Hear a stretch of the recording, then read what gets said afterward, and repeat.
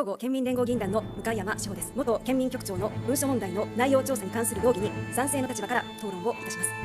公務員が職務に関連して金品を受け取った場合、職務に不正があったかどうかを問わず収賄罪が成立します。地方自治体は二元代表制であり、知事の疑惑の解明への責務や権限は知事が負うだけでなく、私たち議会も負っています。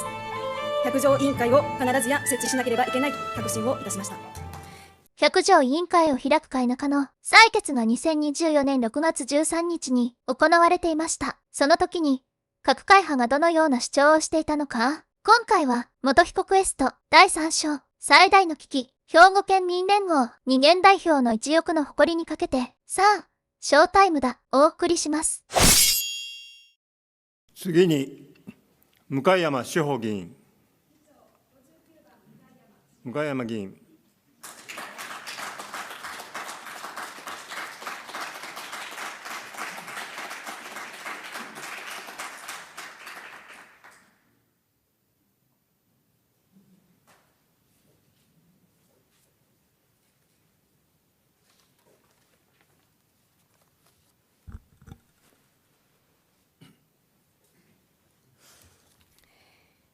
兵庫県民連合議員団の向山志保です。会派を代表いたしまして、ただいま上呈となりました元県民局長の文書問題の内容調査に関する動議に賛成の立場から討論をいたします。元県民局長の手による文書を初めて目にしたのが3月下旬、今から2ヶ月半前のことになります。にわかに信じがたい内容に困惑しつつも、事実無根であると、知事が会見の場でごき強く否定されたこともあり、県の人事当局による内部調査を見守っておりました。その結果、革新的な部分が事実ではないとして、元県民局長が処分されましたが、調査最中に県内企業からの高級コーヒーメーカー等の贈答品が産業労働部長宛に届けられていたこと、そして告発文書の内容を受けて、慌てて返却したことが報道等で明らかになり、唖然といたしました。人事当局が作成している県職員向けの不祥事防止読本では、公務員が職務に関連して金品を受け取った場合、職務に不正があったかどうかを問わず、収賄罪が成立します。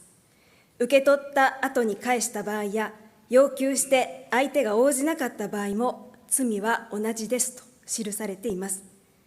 PR のためなら業者からもらってもよいなどという根拠は、県のどの規定にもなく、今になってそうした規定を作成しようとしているとのことですが、それはとんでもないことであり、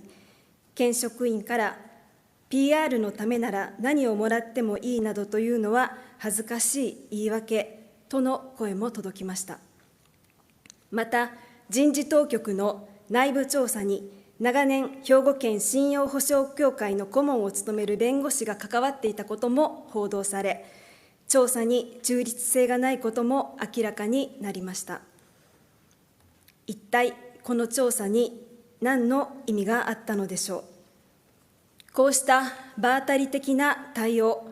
内部調査への不信が相次いで報道されるに至り、人事処分発表2日後の5月9日、私たちは中立的な第三者機関の設置と、議会独自の調査が必要であるとして、地方自治法100条に基づく委員会設置への協力を求める申し入れを県当局に行いました。この間、議会の総意として議長による要請を受け、第三者機関の設置が表明されましたが、知事のパワーハラスメントを証言する複数の県職員らの声が別の報道機関からも報じられるなど、県民の納得を得られるような事態の収束は見通せない状況であり、本日、この動議を自民党会派と共同提案するに至りました。百条調査権は行政の監視者たる議会が持つ大きな権限です。まずは第三者委員会の結果を待つべきという意見がありますが、知事当局が設置する第三者委員会と議会の権能である百条委員会は全くもって別物であり、同列に扱うべきものではありません。また、第三者委員会の人選や調査内容に議会として細かくコミットすればよい、そんな意見もありますが、それは本当に望ましいことでしょうか。知事の選挙に関わった議員も大勢いる中で、第三者機関の在り方を考えたとき、人選の中立性を監視するぐらいの役割は理解できるものの、必要以上の介入は逆に慎まなければならないと考えます。地方自治体は二元代表制であり、知事の疑惑の解明への責務や権限は知事が負うだけでなく、私たち議会も負っています。百条委員会は県民に開かれた場です。委員会を設置することは、県民に対して議会の責務を果たすことに他ならず、議員がこれを拒むのは、県民の知る権利を奪うことであり、自ら議会の存在意義を否定することです。また、知事当局にとっても、事実無根の内容を明らかにすることで、身の潔白を証明し、名誉を回復する機会であると考えます。先の一般質問で、片山副知事がご自身の身を賭してまで百条委員会設置をやめてほしいと、議運委員長に働きかけた事実が明らかになりました。この際、自民党会派への働きかけはあり得ることでしょう。しかしながら、議運委員長へのそうした行為は、議会へのあからさまな介入であって、言葉を失うとともに、この問題に神経を尖らせ、都合の悪いことを何としても握りつぶそうとしているとしか映りません。職員の負担を理由に百条委員会を否定されたとも聞いていますが、疑惑を指摘されている人が証人として事実を述べればよいだけで、証人として事実を述べることこそが全職員にとって有益で重要なことに他ならず、職員を思えば県幹部として進んで協力すべきお立場ではないでしょうか。何としても百条委員会を阻止したい理由が本当に分かりません。この度の片山副知事の行為で、議会として百条委員会を必ずや設置しなければいけないと確信をいたしました。議決機関である行政と執行機関である議会は、独立しつつも双方が抑制均衡を保ちながら両輪として機能をしています。二元代表の一翼にかけられた権利を究明するのは、同じく一翼を担う私たち以外にありません。第三者委員会の結果を待って、百条委員会を検討するなどという解決の先送り、責任転嫁はやめ、一日も早い兵庫県政への信頼回復、兵庫県政の前進のために、県民から付託を受けた私たち議員、一人一人の責任において、兵庫県議会が真正面から取り組むべき事案だと考えます。議場におられる皆さんには、県民の、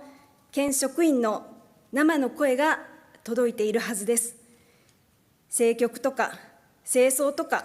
思惑などという次元の話ではなく、ただひたすら県民のために、兵庫県の未来のために、86名全員一致で取り組みませんか。すべての兵庫県議会議員の皆さんの賛同を願い、私の討論を終わります。ありがとうございました。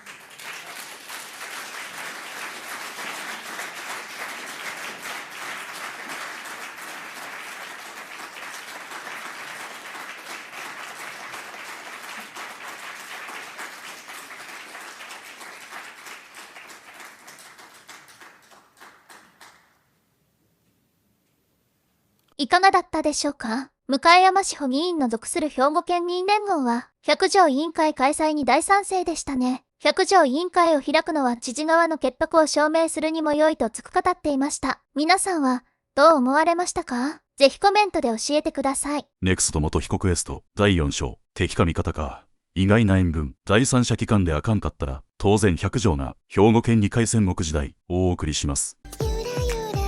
ご視聴いただき、ありがとうございます。チャンネル登録、高評価、コメント、お待ちしております。ナレーションは、ボイスボックス、青山流星がお送りしました。